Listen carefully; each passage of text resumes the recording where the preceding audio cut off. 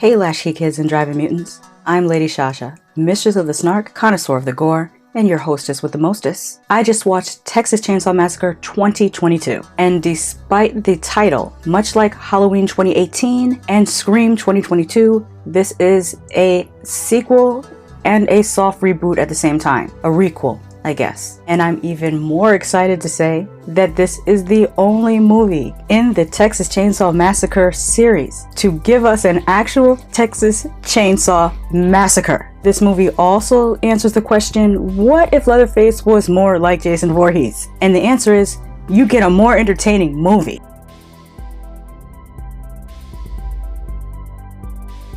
I'm so sorry, Texas Chainsaw Massacre purists, you're gonna hate me for this. You might not like this movie, but I love this movie. If you've watched my reviews for the previous 5 Texas Chainsaw Massacre movies that I have reviewed, you know that while I respect the 1974 groundbreaking original, Leatherface is not my favorite slasher, and I've had reservations about even calling him a slasher. But I like this Leatherface. Before I get to the juicy parts, let me get some of my gripes about this movie out of the way, because it's not a perfect film. There is some lazy writing here. Like, you know, if you've watched my channel, you know that I hate it when a character looks at another character and goes, "Hey sis," as their first line. That is lazy writing. The way you introduce siblings is you have them interact as siblings, and then if you write them correctly, the audience will infer by their interaction that they are siblings. When you have a character's first line be, "Hey sis," it's just so lazy. Many of the characters are annoying, but I think they're meant to be annoying, especially Mel, who acts like the stereotype of a try-hard, pretentious hipster asshole. She immediately judges the pickup truck guy because he has a gun on his hip. Mind you, this takes place in Texas. States like Texas and New Mexico are open carry states, so it really shouldn't surprise anyone that's from America to see someone with a gun on their hip. They should have made these characters maybe people that came from Canada or someplace that actually has gun control. That said, later on in the movie they do explain why her sister has an adverse reaction to seeing this, and that explanation makes total sense. Literally, I should have had the same reaction, but I'll get into that at the end of the movie because it's kind of a spoiler. Anyway, they stereotype the Texas guy in the pickup truck too, even having him call them city folk. Do you know that there are cities in Texas? Huge cities. Houston, Dallas. There was a show about that one. Anyways, they're part of a group of young people, 3 ladies and a gentleman, who bought the ghost town of Harlow, Texas, with plans to sell it off to investors. The potential investors show up on a bus that looks like a 1950s or 60s bus on the outside, but a neon party bus on the inside. They are the hipsters to ever hipster. Seeing all these ankles was irritating to me. I do love that the people that came on the bus were stranded there. Can you say high body count? I will say that whoever wrote this kind of does not like younger millennials. Especially hipster types who want to turn Harlow into Austin. Anyway, let's get to the parts that I really love about this movie. The first kill sets the tone for the entire movie. 2 thumbs up for originality, level of gore, and execution of practical effects. We also get the return of an original character, Sally from the 1974 The Texas Chainsaw Massacre. She comes back like, "Evil dies tonight."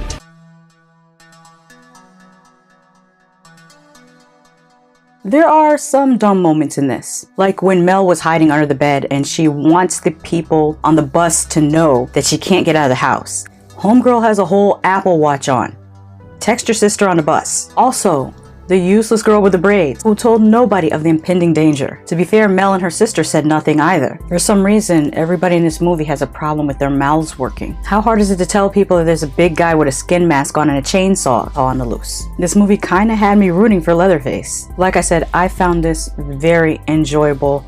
The gore was top notch. The body count was top notch.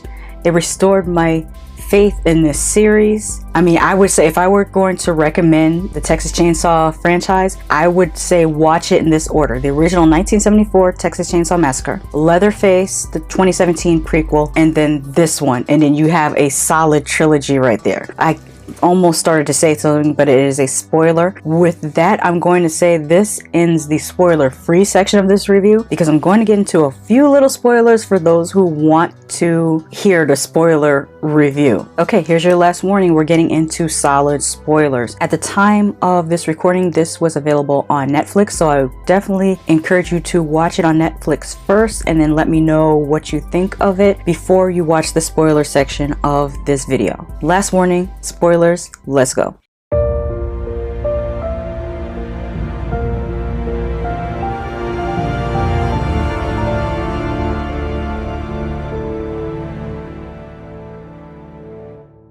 Remember when I said one of the sisters had a specific reason for why she had the reaction she had to seeing a gun holstered on a man's hip? The reason was that she is a survivor of a school shooting, which is something that's very, very current, especially, well, not just current. We've been having these, well, most publicized ones since 1998. I'd say publicized because even before that, I was sitting in a classroom in, I want to say it was 91 or 92, where someone shot at the school, and we all jumped underneath our desks, and the police were called to the school.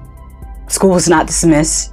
We just were in lockdown in our classrooms for maybe a half an hour to 40 minutes, and then we continued the school day. Now, back in 91, 92, whichever year it was a long time ago. I'm old, I can't remember. That should have been a warning. They should have taken that seriously, because had they taken issues like that seriously in the early 90s, then maybe by the time Columbine popped off in 98, they would have been prepared. That's why I said earlier I should have had the same visceral reaction. And add to that, I've had several members of my family since then be victims of gun violence in multiple ways. Domestic partner violence, another school shooting, a mugging, like just all different types of gun violence. And it's actually sad that I am desensitized to it, that I don't have that reaction to seeing a gun on someone's hip. And I think a lot of Americans were kind of desensitized to that type of gun violence. But anyways, let's get to the more fun part of the movie. This time Leatherface cuts off the face of his adopted mother and dons that, and he puts blush on it. And I thought this might have been a callback to Leatherface Texas Chainsaw Massacre 3. Yeah, it was 3 he did that, or was it 2? I can't remember. Somebody in the comments, let me know. Did he do that in parts? No, it was definitely 3. I think it was definitely Leatherface Texas Chainsaw Massacre 3, where he had the negligee on. Or was it 4? See, I shouldn't have watched them all back to back. Now it's like one big movie in my head. You guys let me know in the comments, which Texas Chainsaw Massacre was it that Leatherface had on the nightie and the lady's face that he applied the lipstick to? I'm almost 100% sure it's 4. I think it's gotta be 4, otherwise known as Texas Chainsaw Massacre: The Next Generation. But let me know in the comments if I'm correct. Now let me talk about my favorite parts of this movie. One of my favorite parts is when Leatherface John Wick the hell out of that wall to get to his chainsaw. He was like, "People keep asking if I'm back, and I haven't really had an answer. But now, yeah, I'm thinking I'm back." Another amazing scene is when Leatherface got on the bus. And when he first gets on the bus, their reaction is to raise their cell phones up and start recording him. And then one of them says, "Try anything and you're canceled, bro."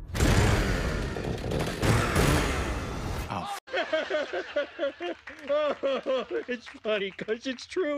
Do you think Leatherface cares about being canceled? I'll give you a guess. He doesn't. This is probably, second to the original, my favorite Texas Chainsaw Massacre movie, because it is the only movie to give us an actual chainsaw massacre. I mean, just chopping everybody up, just eviscerating people. It was beautiful. It was really, really nice. I enjoyed it. But you know, I am the connoisseur of gore, and this gave me what I wanted. At the time of this recording, this was available on Netflix. And I say that to say, don't take my word for it. Watch it for yourself. Just because I love something doesn't mean you won't hate it, and just because I hate something doesn't mean you won't love it. What did you think of Texas Chainsaw Massacre 2022? Let me know in the comments. Until next time, bye.